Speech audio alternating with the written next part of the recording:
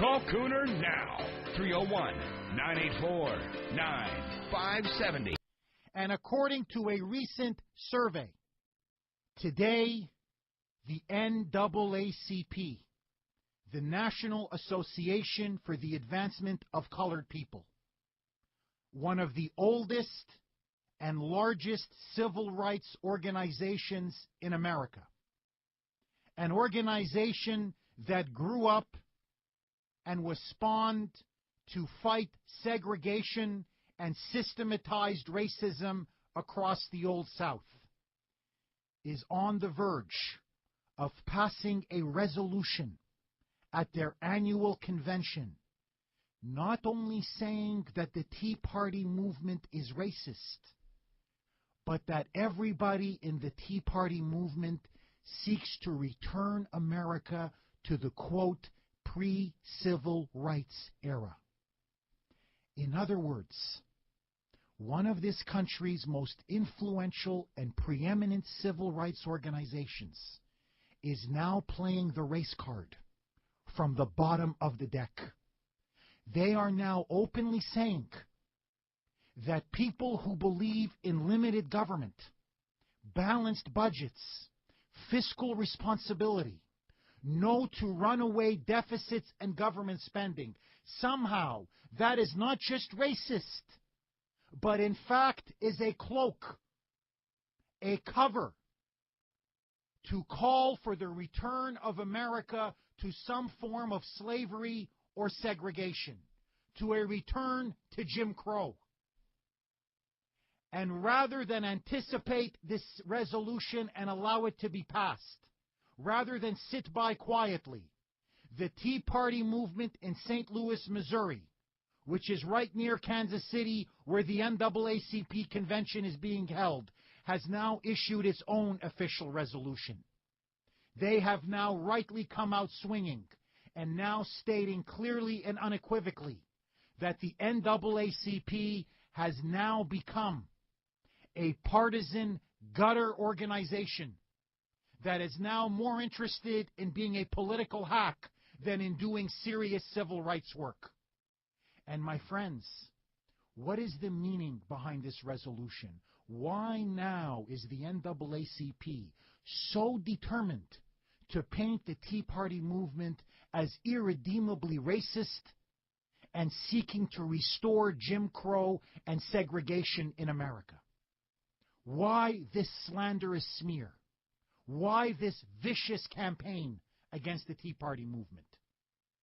Because, my friends, as polls show everywhere across this country, the Democrats' popularity is sinking like a stone.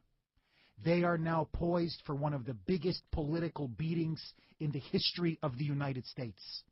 And the dear leader, the comrade-in-chief, the con man-in-chief, the man who rode to the White House on an unprecedented wave of hysteria and popularity, the man that the NAACP did everything they possibly could to help him come into the White House, now his opinion poll numbers are dropping as well.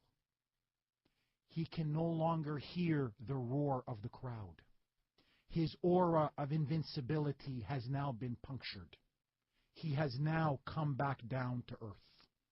And now the dear leader, mired in an economic crisis that he does not know how to get out of, a health care reform bill that is now slowly destroying his party with the American people, with the BP oil spill going on and on and on, and with him utterly neutered, utterly ineffective, utterly incapable of containing or cleaning up the spill. In other words, for him to be unmasked for the charlatan and street hustler that he is.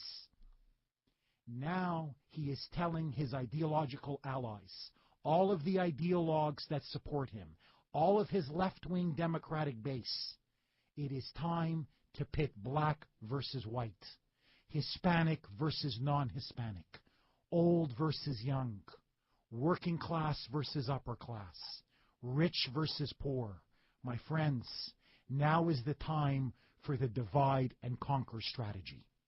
And so now the NAACP is willingly playing into the hands of the Obama radical multicultural agenda to now pit and divide Americans and inflame racial tensions. So who does the dear leader send to this annual convention on the eve of the NAACP's resolution, where they are now to brand the Tea Party movement as racist, where they are now to say that members of the Tea Party movement, that middle America, that tens of millions of Americans not only want to stop socialized medicine, no. Not only want to end runaway deficits and government spending, no. They want to see African Americans lynched again. They want to deny African Americans the right to eat at a lunch counter. They want to deny them the right to vote. That they want to see America return to a, quote, pre-civil rights era. Who does he send on the eve of this vicious, racist resolution, smearing all of mainstream traditional America? If you criticize Obama, you must be a racist. That's the underlying meaning of this resolution. He sends the First Lady, Michelle Obama, the one who during the 2008 campaign, only now, for the first time in her life, was she proud to be an American.